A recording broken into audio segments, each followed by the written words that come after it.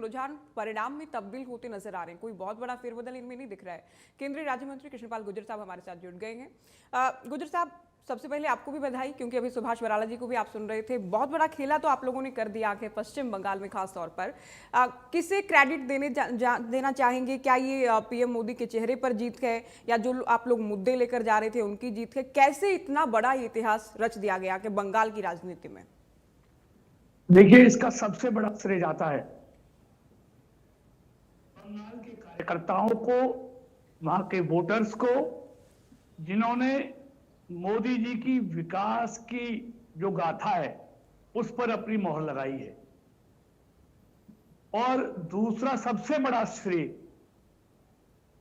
अगर किसी को जाता है तो देश के और दुनिया के सबसे लोकप्रिय नेता आदरणीय नरेंद्र मोदी जी को, जिन्होंने बंगाल के लोगों का भरोसा जीतने में कामयाब हुए। और ये भरोसा ऐसे नहीं बढ़ा, ये बंगाल के लोगों ने देखा कि उनके आसपास जहां जहां बीजेपी की सरकार है, चाहे बिहार है, असम है, या देश में जहां मोदी जी के मार्गदर्शन में, अमित शाह जी के मार्गदर्शन में की सरकारें चल रही हैं, वहां किस तरह विकास तेजी के साथ हुआ है। बंगाल वहां विकास में पिछड़ गया, इसलिए उन लोगों ने यह तय किया कि हम भी मोदी जी के विकास के साथ चलेंगे और बंगाल को विकास के पथ पर आगे बढ़ाएंगे। दूसरा, देश में आप देखिए, जिन जिन दलों ने तुष्टीकरण की राजनीति की उनका सफाया हो गया। सबके सामने उदाहरण है, असम है, बंगाल है, तमिलनाडु है, पांडिचेरी है, पूरी तरह से सफाया हो गया। जो दल इस देश को बांटने की कोशिश में लगे हुए थे उनको देश के लोगों ने नकार दिया। अब देश का भरोसा विकास में है, क्योंकि इन प्रदेशों के लोगों ने भी देखा कि जहां जहां मोदी जी के नेतृत्व में बीजेपी और एनडीए की राज्य सरकारें काम कर रही हैं, वहां तेजी के साथ विकास में वो राज्य आगे बढ़े। इसलिए बंगाल के लोगों ने भी सोचा कि हम भी विकास, जिससे बंगाल अछूता है, अब मोदी जी के साथ चलेंगे और बंगाल को भी देश के साथ विकास के मार्ग पर ले जाएंगे। तीसरा, जिस तरह विपक्षी दलों ने लोकसभा में महिला आरक्षण का विरोध किया, जो 40 साल से देश की संसद और विधानसभाओं में आरक्षण का इंतजार कर रही थी, जिनके लिए मोदी जी 2029 का में ही उनको लोकसभा और विधानसभाओं में आरक्षण देने का बिल लेके आए, और जिस तरह उस बिल को इन विपक्षी दलों ने लोकसभा में गिराया, उसका अंजाम इन्होंने अब विधानसभा के चुनावों में भुगता है। और याद रखना मेरी बात, देश की महिलाएं तैयार बैठी हैं। जहां जहां भी देश में चुनाव होंगे, वहां इन विपक्षियों का यही हश्र होने वाला है। 50% देश की आबादी को, जिनको मोदी जी मुख्य धारा में लाने का काम कर रहे हैं, इनको देश की नीति निर्माण में भागीदार बनाने के लिए वो बिल लेकर आए, ये उन महिलाओं को सत्ता में हिस्सेदारी नहीं देना चाहते। इसका अंजाम अभी तो ट्रेलर देखा है, अभी तो फिल्म बाकी है। इनको इसका अंजाम भुगतना पड़ेगा। इस देश की महिलाएं इनको सबक सिखाएंगी।